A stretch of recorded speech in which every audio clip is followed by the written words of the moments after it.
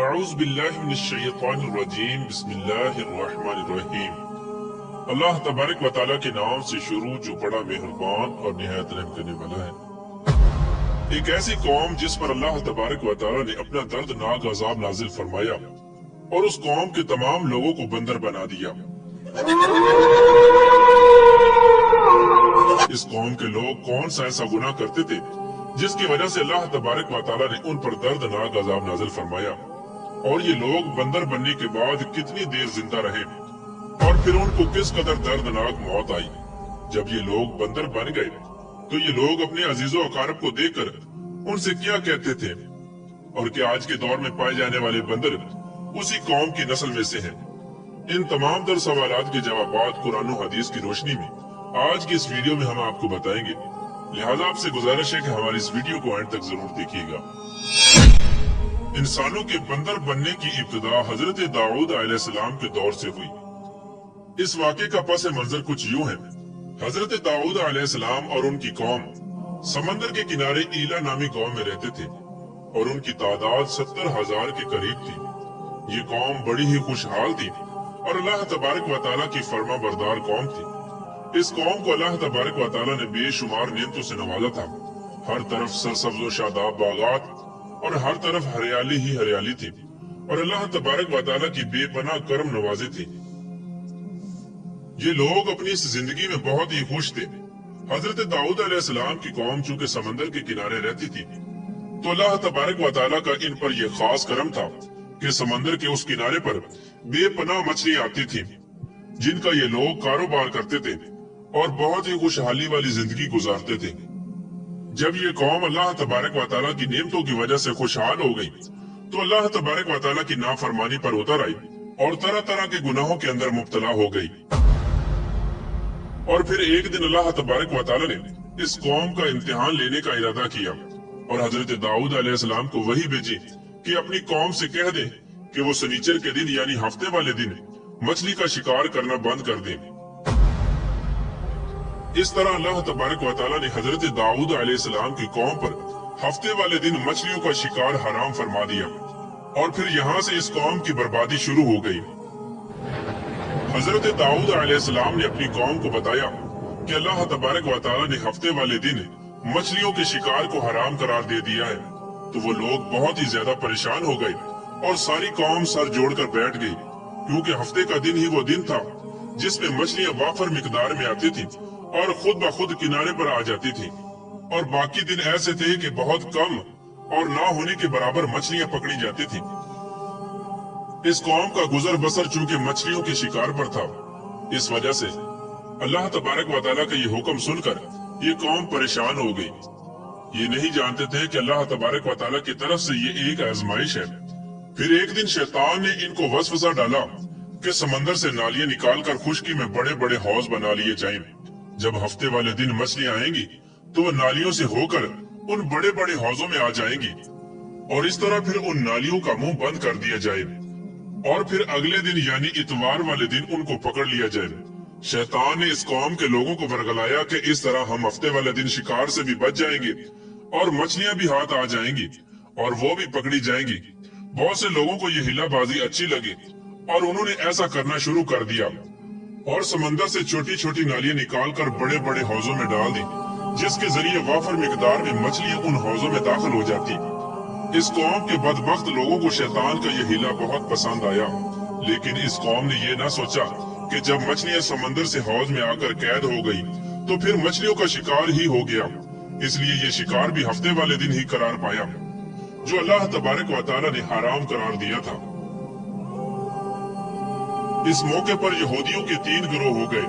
कुछ लोग ऐसे थे जो शिकार के इस शैतानी हिल्ले से मना करते थे और नाराज और बेजार होकर शिकार से बाज रहे, और कुछ लोग इस काम को दिल से बुरा जानकर खामोश रहे, लेकिन उन्होंने शिकार ना किया और दूसरों को मना भी न करते थे।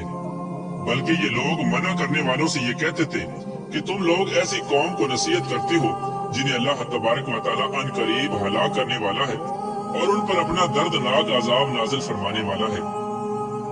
और इस कौम के कुछ लोग ऐसे थे जो सरकश और नाफरमान लोग थे जिन्होंने अल्लाह तबारक व तआला के हुक्म की एलानिया मुखालफत की और शैतान की हीले बाजी को मानकर हफ्ते वाले दिन शिकार करने लगे। ये लोग अल्लाह तबारक व तआला के हुक्म की खुला मुखालफत करते और हफ्ते वाले दिन मछलियों का शिकार करके उनको खाया करते और बेचा करते।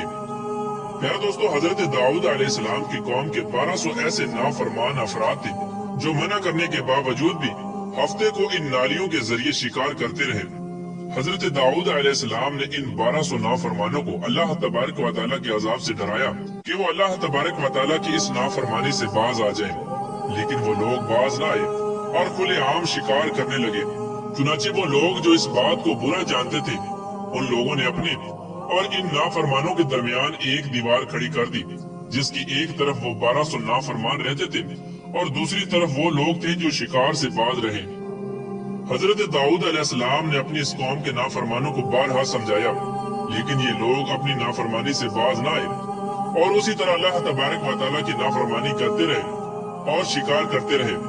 फिर एक दिन हजरत दाऊद अलैहिस्सलाम ने गजबनाक होकर शिकार करने वालों पर लानत फरमा दी।